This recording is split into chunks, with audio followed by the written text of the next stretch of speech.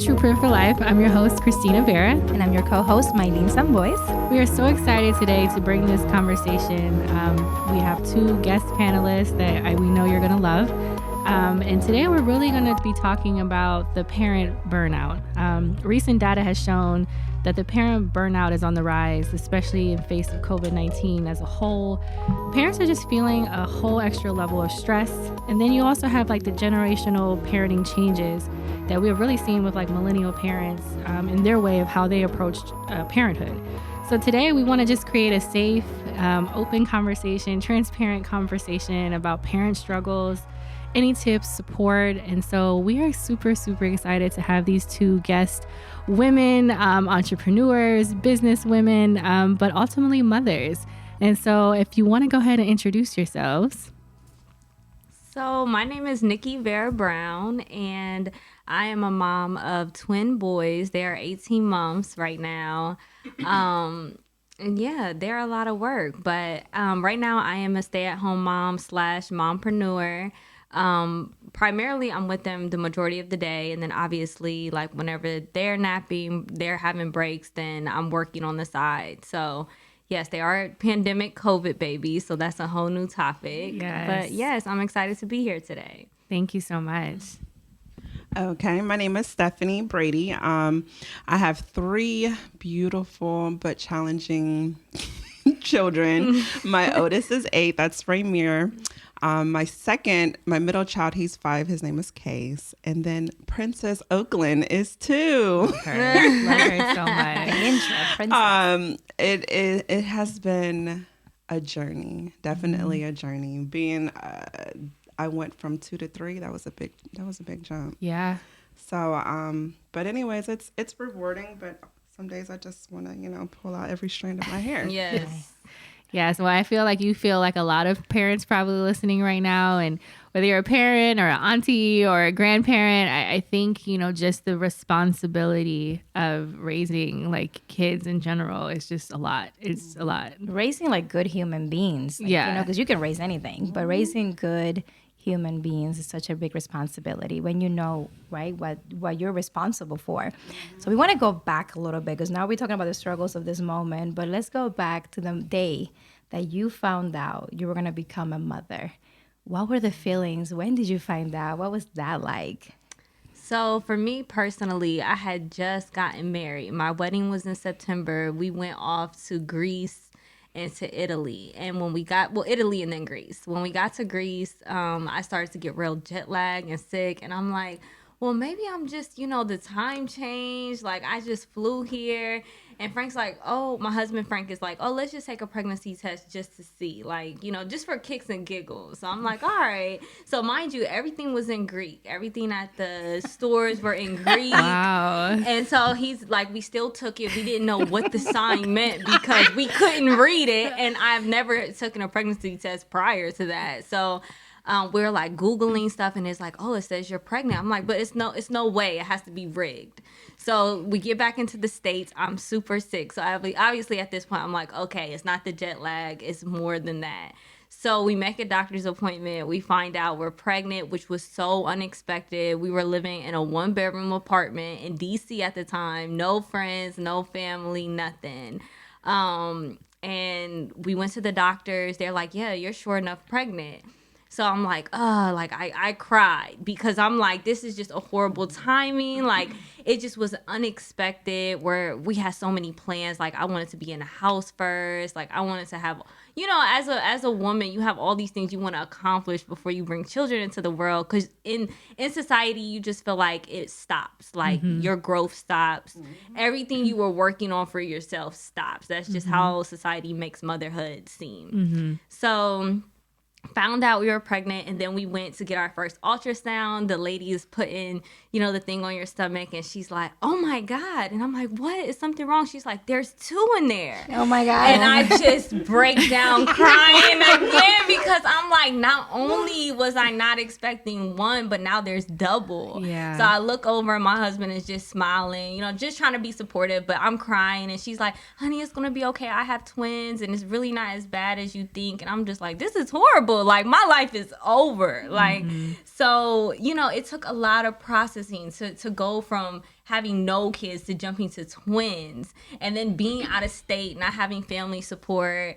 My husband's in the military, so we left from DC and then end up moving to California with them. So it was a whirlwind of emotions. Obviously, you come around to the idea, and when the kids get here, you're like, oh, like, you know, it opens up a whole new world for you. But it was definitely a shocker, and it took a lot of getting used to just changing your whole life overnight, in a sense. You know, you go through the pregnancy, and then boom, they're here. Yeah. And it happens so fast. Yeah. And then you have to get ready out of nowhere. So then, you know, we didn't have family support to know, like, what to do with one kid, let alone two.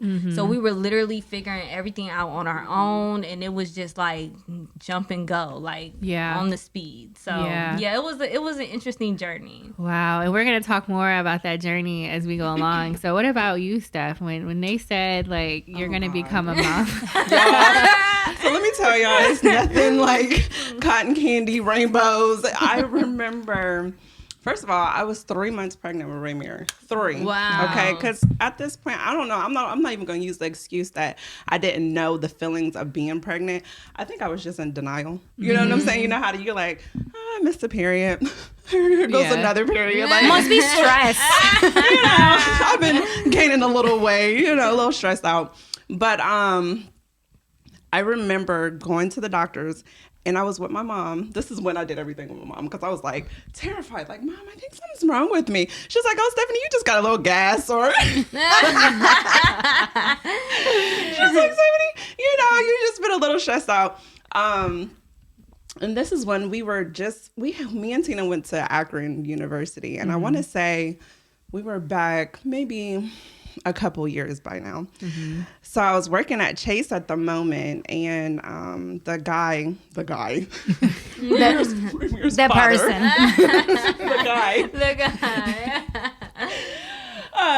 Me and him, we weren't really serious, but you know, we're adults, we're doing the do.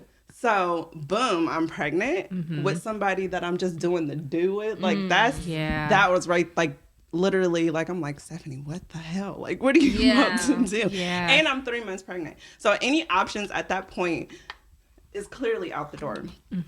So you want to talk about somebody whose life just like, I was like, oh my God, like, what the hell? So even bringing that information to him and not even knowing that I was 3 months pregnant, he's like, what? You know what I'm saying? Because, I mean, we were just literally not serious, not together. Long story short, Raymir gets here. And I'm sitting here like, I'm looking at my mom like, I do not know what to do with this thing. Like, you know what I'm saying? Like, she came over to help me.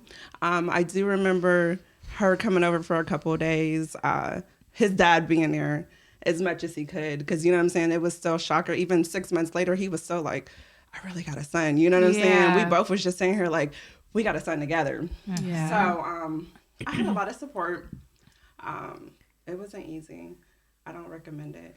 It's ghetto. It's ghetto. Wait, it was an accident. So when you said I don't recommend it, it happened. It happened. Right. It happened. It was a surprise. When I say I grew up with Raymir, I literally grew up with Raymir. Yeah. You know what I'm saying? Like, I had a 1-bedroom apartment with Raymir out east. I remember just like, oh my God, like this little thing is following me. Raymir was just it was just me and him. I remember struggling. I remember just like thinking like, what am I going to do next month? You know what I'm saying? Like, it was really a time where I was just like, Stephanie, you got to grow up. Like, you're a whole mom. Like, I still was in a phase where I wanted to kick it. I still wanted to be out in these streets.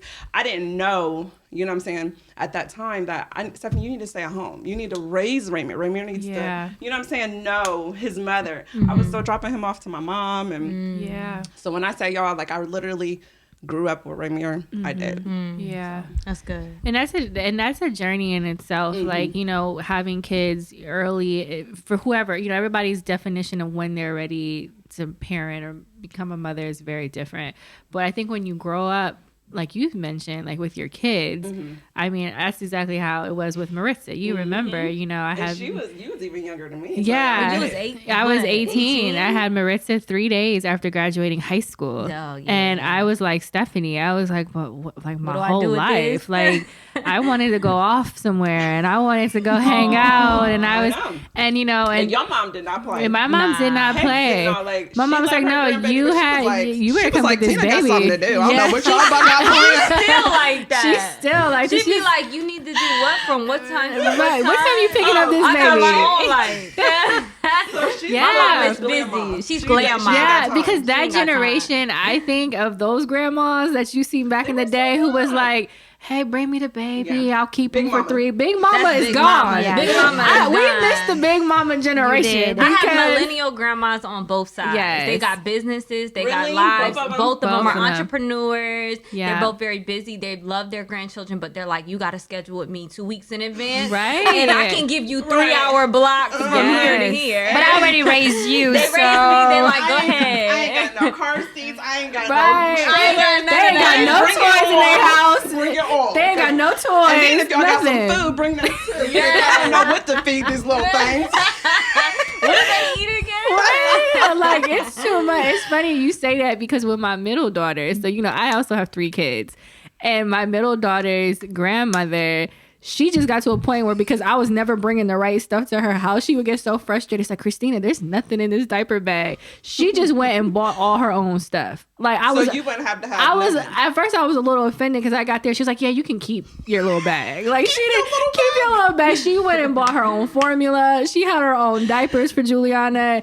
It was just like, and then I felt bad as a mom. Like, well, dang, I'm not doing something right. The mom guilt. And so I think that's just like this generation. I think, Nikki, you mentioned it earlier, just how society really puts this like this damper or this stigma around women who, you know, we have to do things a certain way. We have to be a certain way. We have to choose between being, you know, this traditional, and I put that in quotation marks because I don't even know what that means anymore, like traditional parenting.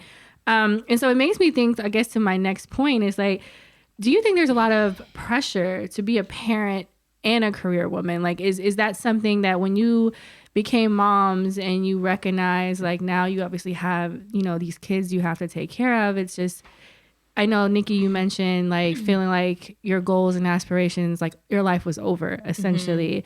And so, you know, a lot of that, did that come from what society had told you parenting was going to be? And if so, like, at what point did you feel like, no, like, I don't have to be this way. I can still carry out my dreams and be an amazing mom based on my definition of motherhood? So for me, it was a mixture of society and my family. So we come from a Hispanic background, and you have 2 different types of Hispanic backgrounds. You might come from a very traditional sense where it's like, it's good to be 19 and having kids and they want you to get married and do the traditional thing. Then you have my side of the Hispanic household where it was like, kids ruin your life, kids damper where you're going. And even though I was grown, I'm 28, you know, and I'm college graduated and I had just got married and we're doing all these great things, I still felt like that damper because of how I grew up. Like, oh, when you have kids, that's it, because nobody's watching your kids, nobody's doing this for you. So that was with me throughout my entire pregnancy. The fear of how is this going to be, because I'm coming into the world with 2, you know, like, nobody babysits 2 babies. Yeah. You know, it's a whole different, you don't drop 2 kids off at somebody's house and be like, yo, the diaper bag is here, because they're like, 2 is too much, you know? So with that was my fear. But now that they're here, it has brought like a whole new perspective on how you can be a mother and still do the things that you love to do. I'm still figuring out the balance, because for me, it's like, you know, my husband is in the military. He works a lot. So I'm having to take up, you know, the other side of being home with them. And we have considered daycare, but you guys know the cost with twins going to a daycare. You're literally in the nursery at that. Yeah. And so you're paying literally half of your check. So you're leaving, you know, just enough just for a couple things. But is it worth it? Is it worth the hassle and the stress on the household to drop your kids off at daycare with 2? So that is I'm still learning the balance with that, trying to figure out who am I and what business am I doing, but I'm still having time for my kids, because that mom guilt does roll around very often. Because anytime I start doing things for myself, I start to feel guilty. Like, dang, I ain't spent enough time with them today, or did I do enough this week, or, you know, my house is dirty. But then it's like, you can't lose yourself as an individual because you have nothing to pour back into your family. Right. So it's that constant balance. And I don't know if there's any answers to that, because for me, it's still learning every day, like what's too much, what's not enough, and just figuring that part out. So yeah. And you got really creative. You started blogging about your journey as a mom of twins. Yes. And you actually have a really large following now, you know, officially an influencer on Instagram. Which means you got a lot of eyes. Which that can be pressure in itself. Like, I'm still a normal mom. You know what I'm saying? I still have feelings. I still have emotions. Every day it does not look like, you know what I'm saying? Exactly. And that's a whole nother thing. So I did start to get creative, because I'm like, I'm home with them every day. I want to share my journey. I was always into photography and media. So I'm combining all of these things into one platform. So I'm blogging my everyday journey with them. And so far, so many people are writing me. They're taking to my story, because a lot of moms are twin moms for the first time or for the second time, and they're at a loss. They don't know what to do. They think life is over right there, because it's just, you're jumping into a whole new world. Like I said, you don't have as much support, in my opinion, with twins, because you can't just drop your kids off. Like, I don't have one house where I'm like, 2 kids can go to and tear up somebody else's stuff. Like, people prefer to come to me, which is, you know, that's great. But it has been a journey, and I'm finding love in this community that I've built on Instagram, because people are, reaching out. I'm reaching out. I mean, all types of people. And, you know, the goal is to obviously get some, you know, companies that are reaching out and brands to collaborate with, and just continue to make a living off of that, since that's what I'm doing on a daily basis, without having to leave, you know, constantly, or find someone to watch them. Or it's so just, you're making it work for you. I'm making it work for me. I've turned it into my own journey, and I mean, it's been a great thing so far. And what I love about your work, it's very relatable. Like watching her videos, and I think, and you shared a very transparent moment, just the delivery of your twins. It wasn't something you saw on TV where it was all beautiful, which is also something that I think society often portrays certain things with birthing plans. But we know data shows that women, especially women of color, you know, have a higher death rate when delivering babies, because there's so much that, you know, does go wrong, or they feel like their doctors are not listening to their concerns. And so, you know, definitely, if you're comfortable, I would love to talk a little bit just about your birthing journey. But, you know, even Steph, like, you know, I know you too, with 3 kids, and, you know, the career and everything that you've been building. What would you find is some of your biggest challenges, or even just some of the things that you've had to deal with in this journey of raising 3 kids, being a mom, and a lot of what you have to do now is like co-parenting with, you know, everything on top of that. So, Oakland is not a pandemic baby, but she came right before the pandemic. Okay. So you got to think, like, even though everybody got pregnant during that time, I was dealing with a newborn. Well, she wasn't quite a newborn. Maybe she was like maybe 6 months, but still to have that time when all the daycare is closed, and I'm sitting here on the phone. I was working on Maylin at the time, and she's like holding on to my legs. This is when she was pulling herself up. So I'm sitting here like, hold on, like, you know, pause.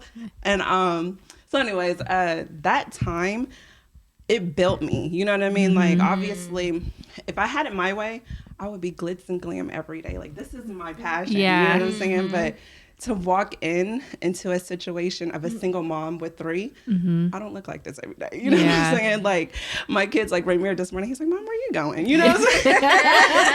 where you going?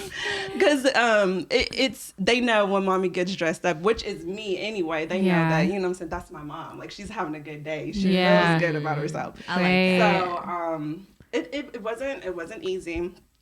It was just a time where I had to literally figure out what still made Stephanie happy, because you get so built up into, okay, Oakland needs this, the kids need that, Case is going swimming, Oakland, you know what I'm saying? It just, Oakland has a doctor appointment on Thursday. It's literally nonstop. So I say that to say that, excuse me. Are you okay? Okay. It's a very passionate moment. It's a very passionate moment. We feel it. You know, It's a you lot. start thinking about like that time. That time was a really hard time for me. Yeah. You know what I'm saying? Because Yeah. I just felt like I was alone. Yeah. You know what I'm saying? And being a mom and being alone is a really tough pill to swallow. Yeah. Yeah. Absolutely. And you do the best that you can. Right. And I think that's the biggest thing is, you know, you find yourselves in situations where you obviously weren't prepared to be alone. Nobody was prepared for a pandemic that would alter, you know, the entire world the way that it did.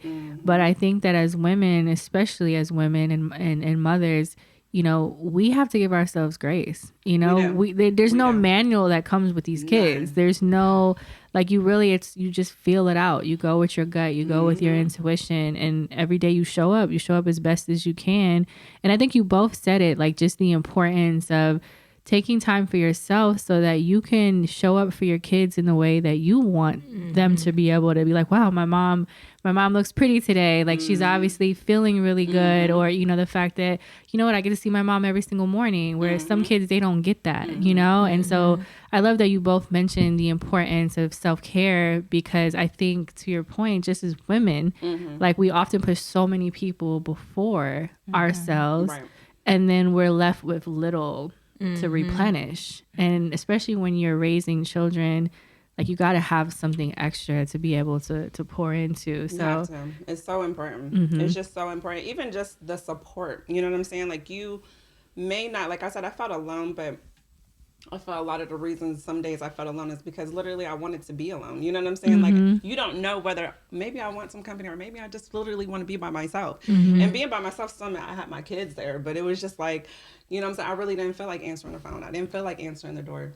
So during that time, like, now, like, I feel like I'm in a great space, but I just remember those times that I was building Stephanie back up. You know what I'm saying? So it's important. Absolutely. So that makes me think, because we work a lot with like single moms, right? And like the struggles. And hearing you both from separate and different parenting styles right now, I wonder how the women start building that support. Like, I think Nikki has done an amazing job at creating that platform, because so many people are like, I'm not alone. Nikki's going through that. I can learn how to make this baby food of carrot, which one day I'm going to make, Nikki. I'm already saving some of the recipes, guys. But it's really like you use I would say, like, your challenge to make it a blessing, not just for yourself, but for others, because you're bringing hope. Even if you show that you fail, like, I think sometimes as a mom, you have to show people that you fail, right? Because as social media makes motherhood look so rosy, right? I'm like, it's not like that, guys. I don't think so, right? It's not. So from your perspective, if you can give maybe some ideas for moms that, you know, sometimes you don't even want to ask for help because you think you look weak, right? Like, I did this, right? Like, the thing is, like, I did this. I need to figure this out. And no, like, you actually should seek support. You're not alone. There's a lot of resources, but do you have anything you can suggest for moms that are feeling right now like, I did this is my fault, I have to figure this out on my own? Who could they reach out to? How should they go for getting help? So for me, I'm one of those that feel like these are my kids, this is my situation, and I don't want to reach out because everybody has their own lives. So you assume that you're, you know, you assume that you're a burden on somebody else. When you ask, can you stop by or can you watch them? So for me, I'm starting to learn the resources in my community as to what's available to drop them off for a couple of hours here and there. So for an example, here in Gahanna, they have a Kiwis clubhouse that's hourly. So say you got something to do on a Wednesday or you just need a break, you can drop them off for 3 to 4 hours. There's also some programs probably in your community that are called Mother's Day Out, and a lot of churches offer them. So that's like a monthly fee if you're dropping them off just for one day for a couple hours. So just seek the resources in your community if you're feeling like you need a break but you don't have anybody to call. I recently got a YMCA membership too that has the child watch. So, you know, every Monday through Thursday in the afternoons, I'm at the Y for 2 hours. Even if I'm not working out, I'm sitting in the corner thinking, getting my stuff together, and I know that they're having fun, they're playing. Yeah. So look for what's affordable. You know, whatever you say you can do, you can do. So if it's a money thing, just start speaking that you have the money, and you'll find that there's resources and there's programs you could pay for. Yeah. Yeah. Thank you, Nikki. And follow Nikki. Yeah.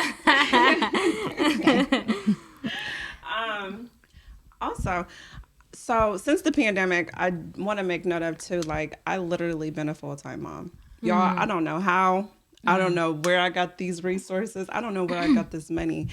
But when I say, like, God has literally been taking care of me, like, when I left and became a single mom, I literally did not think I could do it on my own. I'm like, I ain't going to be able to afford it. I'm not going to be, like, you know what I'm saying? Like, I want my kids to stay in Westerville. Like, it was just a lot that I had to consider. And thank God that, I mean, I could be the mother who has the fathers that don't want to be there or that don't want to help. Yeah. You know what I'm saying? Like, as much as I can't stand them, y'all.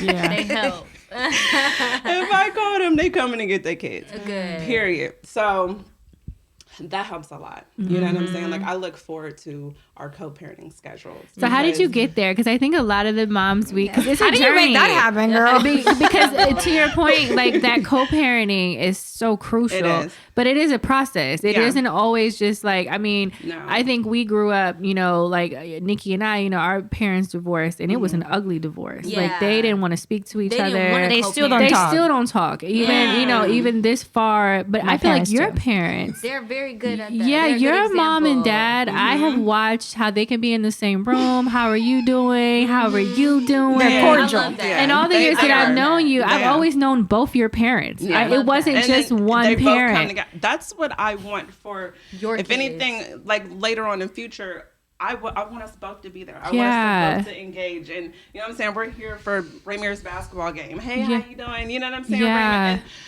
And it's not easy. Like to this day, like of course, things always start off rocky. Raymond, I mean, my child's father, his wife and I, we really didn't get along in the beginning, but Ramir's about to be 9. Like, you know what I'm Yeah. saying? With time, things does get easier. You know what Okay. I'm saying? It does not look like a perfect family, but you know what I'm saying? We get along to the point where Ramir doesn't have to see the bickering and the fighting or, Love that. oh, she's over there side-eyeing my mom or, you know what I'm saying? Right. Like, we have came to a point where, and it's time, we matured. Yes. So, and that's important, you know what I'm Yeah. saying, with growth. And Ramir's old enough to, I mean, my son, he's old enough to know, like, oh, she don't like my mom. Or, you know what I'm saying? Or my mom does She not like knows. her. Right. They You know what I'm know. saying? The And kids know. that doesn't make things or co-parenting easy. Yeah. So having respect, I think, For right? sure. Yeah. For sure. The maturity. And showing and modeling that behavior. Yeah. Because if I don't model it, then he's not going to have any respect for his stepmom. Yeah, Right. exactly. Especially when you start to blend families. I think it's definitely, to your point, like the maturity piece, really having, you know, that conversation about like, what are the roles here? Like how is my kid going to be treated when they're at your house and vice versa? Because I know I've dealt with that in the Yes. past. And thankfully, like, it's all smooth sailing now. Yeah. But there were some past situations where I was like, I don't feel comfortable with my child And being that's around. you as a mom. You know what I'm saying? We tend to get stuck into our motherly bear mode. Like, that's my child. You know what Yeah. I'm saying? And I'm not going to... Well, the only reason I had to take a step back was because when my son used to come home and he'd be like, well, Mom, she took me here. Or, Mom, she bought me this. And I had to be like, well, you know, Raymond, he really likes this lady. You know what I'm saying? She's doing all these things to show him. It wasn't necessarily that she was showing me Right. or that she was being nice to me or respectful, but I had to kind of take that into consideration. Yeah. So, And to that, there are situations where, as a mother, and I've seen it, right? Because I have friends and that are mothers and deal with situations where maybe the person your partner is with may not have the best interest for you at heart. And therefore, you do have to be cautious because your child is going there and that child is your child. And it's a constant reminder of what it was, which is never probably going to be again. But that person is not mature enough, is not secure enough, right? security. And because Oh, of yeah. that, they cause all this sometimes drama. So to the point of co-parenting in a healthy way, absolutely. But as a mother or a father, you also have to be always alert of who is the partner of your ex-partner, because that cause harm at Most a point, definitely. right, to a child. So you always that open communication with your babies and, what happened, tell me what, not in a way to create trouble, but in a way to really protect your Yes. child. Yeah. That is not a crazy thing. That is actually a very safe thing to It do. is. And It I've is. seen it, right? It is. And Yeah. then, things grow, people change, but in the beginning, those are your babies. Yeah. And that's you've been through like hell and back, Yeah. right? Yeah. To get there, nobody's gonna Ain't touch nobody it. gonna come. I'm the same way with my nephews. I want to know who my brother's dating. I was like, and then who's dating my Right. my nephew's mother? Because Yeah. at the end, if something happens, I understand. as his aunt, I have to respond. Right? I'm Tia, Right. so I need to know who's dating who. Yeah. And is that person good for my baby? Is my baby safe there? Yeah, that's because true. I don't have kids, but I'm a mama bear, right? So That's I true. think that goes in all the ways. Yeah. And you right? think about dating now, I think for, any listeners who have children who are in the dating scene, just the whole process of like dating as a parent and what does that look like and the dynamics of like this new relationship. Because I've met people who are like, well, I'm just going to wait till my kids are older before I start dating, just because they're so fearful about what could happen. How does this impact the kids?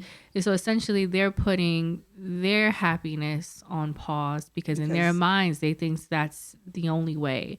And so do you have any thoughts about just like the process, with deciding to still date and build out, especially when you have children and if that particular person also has children? So that's my life right now. Like I said, I decided to leave my two youngest, their father, and Oakland was 3 weeks old. When I say Oakland she was not at all planned. So the thought of having and bringing in a child alone and doing this all over again, like I did not date until maybe a year ago. Because I'm like, what does that look like? Okay, hi, my name is Stephanie and I have a 1-year-old. You know what I'm saying? Yeah. That brings a lot of anxiety. Yeah. Considering you don't know if he wants to raise, because ideally you have a 1-year-old. That's still Yeah, a baby. right. You know what I'm saying? Like, and you don't know if he wants to come in and take that fatherly role, if he even wants to deal with it. Yeah. So it brings a lot of anxiety, Yeah. for sure. But you have to have a special someone to do that. You know what I'm Yeah. saying? Like, he has to consider your children as much as he considers you. Absolutely. Was that a conversation so talking about that, you have Because she smiled when she was. Yeah, no, I mean, I saw it. I mean, if you please go to YouTube. Go to YouTube later. That special person. They gave me a feeling. Because it's beautiful because you, like you said, it's a special person. It does. Like, Yeah. a special person. Because you worry, like, especially, so you got to think. So my oldest, like I said, he's watching and he knows and he feels. So I'm like, and at the same time, if I'm bringing somebody new in their lives, I'm watching too. Yeah. Because I feel like it's a relationship that you need to have separately with my children.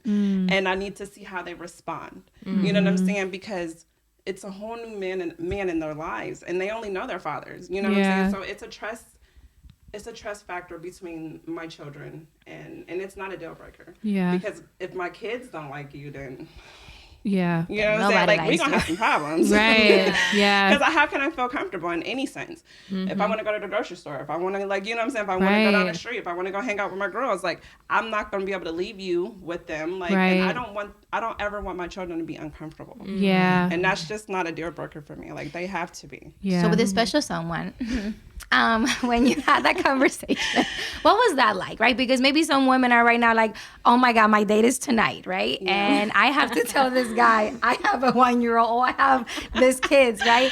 Can you go back to that moment when you met this person and like, what was that conversation like and what compelled you to be like, okay, I can tell you this now? Okay, so my special person, I've been knowing him for a long time. So it just, something about how God just puts people together. We both were going through our own whatever. And we were each other's support system while we were going through.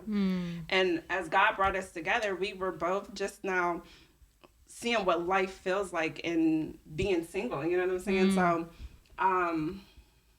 it was something that I guess we just seen in each other and just kind of was like, let me be there for you. Let me help you. You know what I'm saying? Not necessarily romantically, but just support. So it was a friendship that started in a way of support, which is beautiful, right? So then, because a special person already knew you, they knew you got kids, right? Yes. So that was an easier. Yes. That's easy. Because it was a support, and with God's support, you guys were like, actually, I really like you. Like, you pretty. Where you going? Right? Like, and then now you build that romantic, which I love that. That's a dream. It is. Literally, like, as a mom, like, you sit here like, I don't know what dating's going to look like. I don't know if I'm going to find you feel like you're going to find somebody to mesh well with you. But to come into this blended, and he has 3 kids of his own. So you got to think this is 6 kids. Wow. Yeah. Okay. Yeah.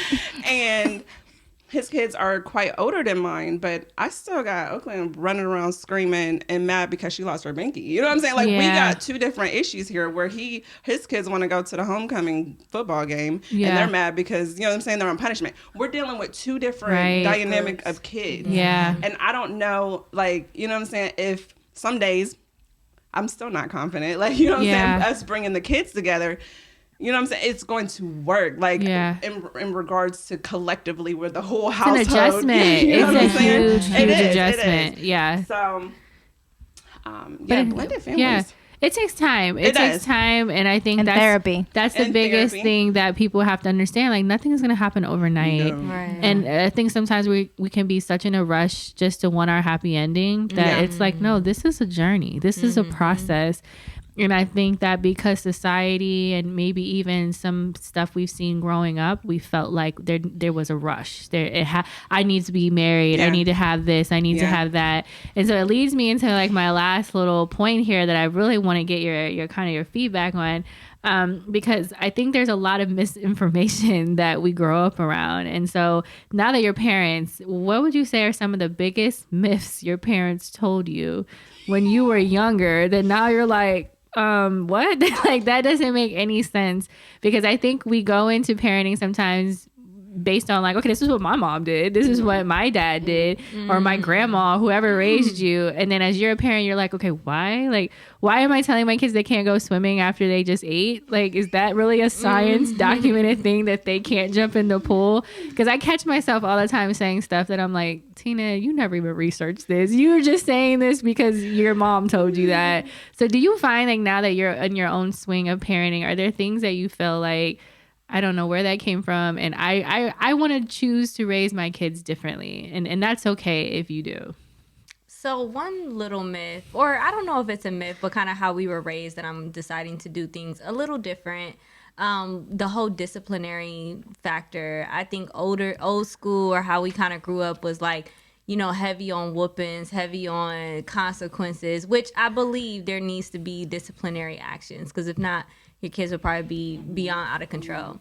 But even with my 1-year-olds, it's constantly learning as a parent. Are you disciplining them because you're frustrated? Like, is this a self-check that you have to do to be like, okay, why am I so angry that they did this? How do I go about this? Because if I'm showing them anger, they're going to respond with anger. Right. So I'm learning that with my 1-year-old. So like, for an example, recently Harlem is like grabbing something and I'm telling him, stop, don't grab that. And I'm getting frustrated because this is time 3 and 4, and I tap his little hand. Don't you know he looks at me and taps my hand right back? Because at this point, I'm showing him that when I'm mad, I'm going to hit his hand. He's just like, well, I'm mad, so I'm going to hit your hand back. Right. So I think for me is the myth of trying to figure out a way to discipline without such a physical reaction or such an anger streak. Like, there has to be a better way. So learning your kids, for one, and finding out how do they learn. So now it's kind of like, you know, redirecting them. If they're doing something I don't want them to do, I'm like, well, look at this. And they just go right on over to something else without me having to grab them or be aggressive or hit their hand, because they don't understand. And it's like, if we're showing them that behavior, they're just going to repeat it. Right. So I think that's the biggest thing is learning. Learning your kids and learning how do you want them to respond to these things when they start growing up. Right. When they're at school and something bad happens, do you want them to start lashing out on people and hitting people and reacting with anger? Or do you want them to be like, hey, I don't like that you did that. Like, can we do this, this, and this? Yeah. So I think every stage is different, but I'm learning that as they're little right now. So, yeah, I would agree with you, because I think thinking back, like, you know, when your kid cry, oh, this, you know, they're emotional, or they would downplay mental health you know, as a kid. And I don't think it was like intentional. But to your point, like I used to think back of just like how much stuff kind of just got, oh, you know, they're just sensitive. And it's just like, no, you know, and it's like, no, they have feelings. They have Kids have feelings. And I, you know, so now sometimes that's the biggest thing where I'm constantly arguing with some of the elders. Well, you give them too many options. Well, I want my kids to be a part of the process. I don't want them to feel like options is great. I'm so growing on that. Yeah. There's so many generational curses that have to be broken because we're such a like traumatized generation. Like we are a traumatized generation. What? And it's just like, how do we make better kids? Even with my two boys, one of their fathers, like one of my kids is a little bit more sensitive than the other. You know what I'm saying? I got the one, he's just like, you know, whatever. And then I got one, like, he cannot even get his words out because he's tearing up. You know what I'm saying? So, and his dad is like, well, he need to stop crying. Well, you know what I'm saying? There go another one. Yeah. Boys can cry. Boys can cry. And they should. Yeah, like he can't express it. He's only 5, so he don't know that, I can't cry because I'm a man. Or I'm building myself up to be a man like my dad. No, he can cry. Yeah. If it hurts him, he don't understand. You know what I'm saying? And he's angry. Let him cry. Right. That does not make him less. Yes. You know what I'm saying? So, but, you know, men and how they parent versus us, we're more nurturing, we're more sensitive. Yeah. Now I'm being too soft on him. You know what I'm saying? Like where I'm just being a mom and this is my son and I want to console him because he doesn't feel well. Yeah. So that's kind of where I feel like. Yeah. And that whole gender bias piece of it, like boys, I feel like now that I have a son, you know, there's all these roles that I feel like, you know, people like for, you know, my son loves to cook. Like Adrian loves to bake. He loves to cook. And I remember when he was younger, like I was like, I want to buy him a kitchenette. And, you know, his dad was like, a kitchenette? Why would you buy him that? And I was like, that's how my husband is. But you cook, like, but what's crazy is my husband cooks. Like he cooks, right? Like from scratch. But in his mind, buying him a kitchenette was just like, well, no, that's not a toy you would buy him. And it's just like, but are we not raising good men to be good fathers and good head of the households or, you know, and so I want my son to be domesticated. I want him to be able to cook for himself. And, you know, and the whole thing like boys can't push strollers. Why? You ain't never gonna have a baby that you can't push the stroller. Right. You know, like just things like our girls like, oh, you don't buy them those trucks. Well, she might be an engineer. She might be a truck driver. And so it's all these preconceived biases. Like those are girls' toys.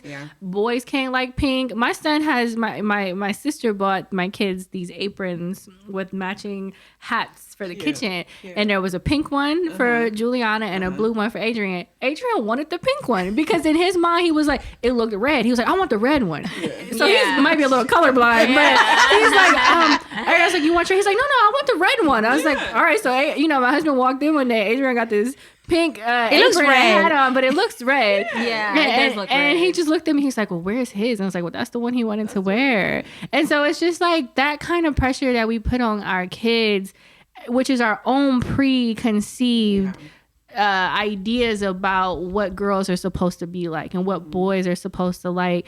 And I think that we have the responsibility now that we are awake and realize all the trauma we went through because we were so boxed as kids, to allow our children to freely flow from, you know, what they want. And so I think as we're wrapping up, I know that, you know, it's something that I'll be just showing it to you. Oh, okay. So just really like wanting parent listeners, whoever you are, whether you're a mom or dad or aunt or thinking about having children, like you have to create what works for you. Yes. And not comparing your journey with someone else's journey. Right. You know, take what applies. If you watch one of, you know, Nikki's posts about something she did, don't feel bad as a parent because you didn't make a full course breakfast that day. Like sometimes it's a Pop-Tart day and that's okay, you know? Or, you know, same thing with Stephanie as she's, you know, figuring out like her kids' schedules and all that. We have to give ourselves grace, but we also have to empower ourselves to say, you know what? These are my children. This is my motherhood or fatherhood or grandparent journey. and create what you feel is right for your families. And so, you know, I thank you ladies for being here today and just being so transparent. I feel like we're going to have you back because there's so much more. I wanted to cover more. I just want to say that. You know, I mean, we'll be here all day and all night. I think we can have you back to talk about just your businesses and how you're managing and navigating like parenting and building these amazing businesses. And so maybe that could be a part 2 to another conversation. But in closing, is there anything you would like to leave our listeners with, you know, whether it be a tip or just a word of inspiration? Because I think you ladies both have really just given so many great nuggets today. And I think it's just been really, really a healthy conversation. So the last thing I just want to leave with any listeners who are just becoming a mom or is trying to figure out this whole mom schedule, like Christina said, make it your own.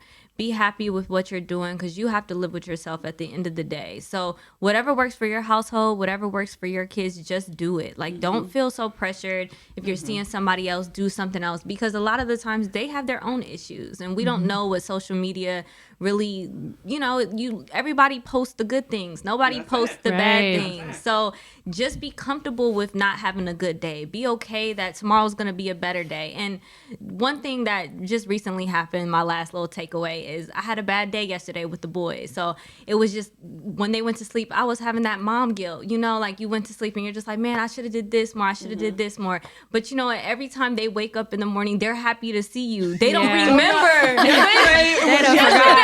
They don't know what happened. They're just so happy to be awake. They're happy to play with you. So every day is a new day. Every day is a new time to create memories and to try again, try your routine again, to try your experience again. And they're loving you regardless. So just take that and just make it the most and just enjoy the moments, because they'll be grown one day and you're going to be sad them leaving the house. So that's all I have to say to leave with. Yeah.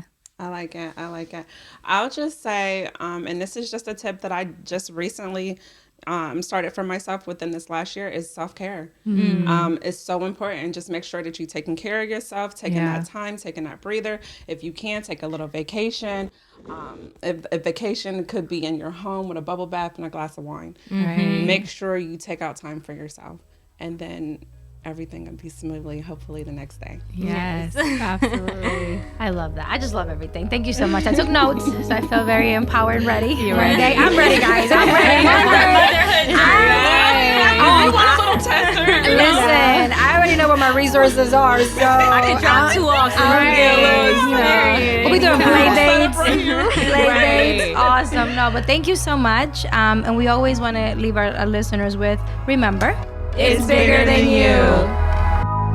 Thank you so much for listening today. We're excited and we hope that you follow us on Instagram, True Print for Life, YouTube channel, also True Print for Life. And make sure that you share, like, watch our videos. Make sure that you follow us on all streaming platforms.